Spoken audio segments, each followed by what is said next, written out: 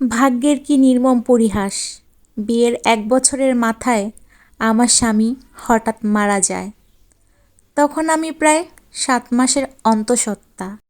লাইফের যেই সময়টাতে একজন মেয়ের পাশে স্বামীর থাকার প্রয়োজনীয়তাটা সবসময় বেশি, ঠিক সেই সময়টাতে আমি আমার স্বামীকে চিরজীবনের মতো হারিয়ে ফেলি।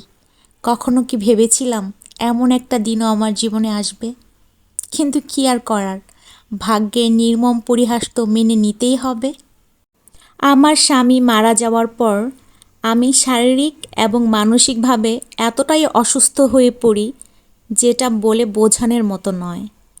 এরপর দিন গেল, মাস গেল, জন্ম হলো আমার সন্তানের। সন্তানের মুখটা দেখার পর দুঃখ কিছুটা হলেও অনেকটাই কমে গিয়েছিল। কিন্তু যখন ভাবি আমার সন্তানটা তো এতিম, তার তো বাবা নেই, সে জন্মের আগেই বাবাকে হারিয়ে ফেলেছে, আর জন্ম নেয়ার পর তার বাবা তাকে দেখতেও পারল না। মনের মধ্যে একটা আফসোস থেকেই গেল। সন্তান জন্মের কিছুদিন পর থেকে শুরু হলো আমার জীবনের আসল সংগ্রাম। একা একা একটা বাচ্চাকে মানুষ করা যে কতটা কঠিন, সেটা একজন সিঙ্গেল মাদার হিসেবে আমি খুব ভালো করে বুঝেছিলাম। যতক্ষণ স্বামী বেঁচে থাকে ততক্ষণই শ্বশুরবাড়ি আপন হয়। স্বামী মরে যাওয়ার সাথে সাথে শ্বশুরবাড়ির মানুষগুলো পর হয়ে যায়, সেটা আমি খুব হাড়ে হাড়ে টের পেয়েছিলাম।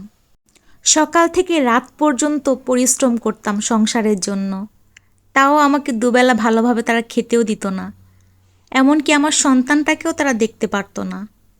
এরপর একদিন সিদ্ধান্ত নিলাম এভাবে জীবন চলতে পারে না, আমার বাবার বাড়ি চলে যাওয়াই উচিত।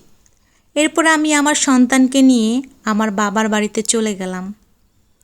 কিন্তু সেখানেও খুব ভালোভাবে বেশি দিন থাকতে পারলাম না। আত্মীয় স্বজন, পাড়া প্রতিবেশী, এমনকি বাবা মার কাছেও আমি বোঝা হয়ে গেলাম। তারপর সিদ্ধান্ত নিলাম আমার নিজের কিছু করা উচিত। তারপর আমি একটা জব নেই। সেখানেও প্রবলেম, বস আমাকে খুব একটা ভালো নজরে দেখতেন না। তাই ভাবলাম এভাবে এই জব করা আমার পক্ষে সম্ভব না। তারপর আমি সেই জব থেকে রিজাইন নিই। তারপর ভাবতে থাকি ছোট বাচ্চাটাকে নিয়ে আমি কিভাবে চলবো। তার দুধের খরচ, তার ডায়াপারের খরচ, তার চিকিৎসার খরচ, কিভাবে কি করব। দিশেহারা একটা অবস্থায় পড়ে যাই। তারপর আমি আমার এক কলিগের থেকে কিছু টাকা ধার নেই। ধার নেওয়ার পরও আমি একটা বিজনেস শুরু করি।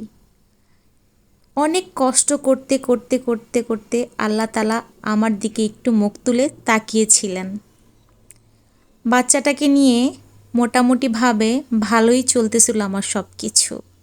এখন আল্লাহর অশেষ রহমতে আমার বাচ্চাটার বয়স ৬ বছর হয়েছে। ওকে স্কুলে ভর্তি করিয়ে দিয়েছি, আর আমিও আর্থিকভাবে সচ্ছল। তাই একটা কথাই বলবো, বিপদে পড়লে বা লাইফে খারাপ সময় আসলে কখনো ভেঙে পড়বেন না। আল্লাহর উপর ভরসা রাখবেন আর নিজে পরিশ্রম করে যাবেন, কারণ পরিশ্রমই কিন্তু সৌভাগ্যের চাবিকাঠি।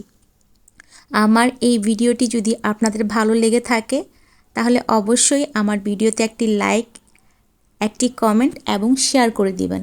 এবং আপনি যদি আমার এই ভিডিওটি ফেসবুক থেকে দেখে থাকেন তাহলে অবশ্যই আমার পেজে একটি ফলো দিয়ে যাবেন। আর যদি ইউটিউব থেকে দেখে থাকেন তাহলে একটা সাবস্ক্রাইব করে দিবেন। ধন্যবাদ সবাইকে। সবাই ভালো থাকবেন, সুস্থ থাকবেন। আল্লাহ হাফেজ।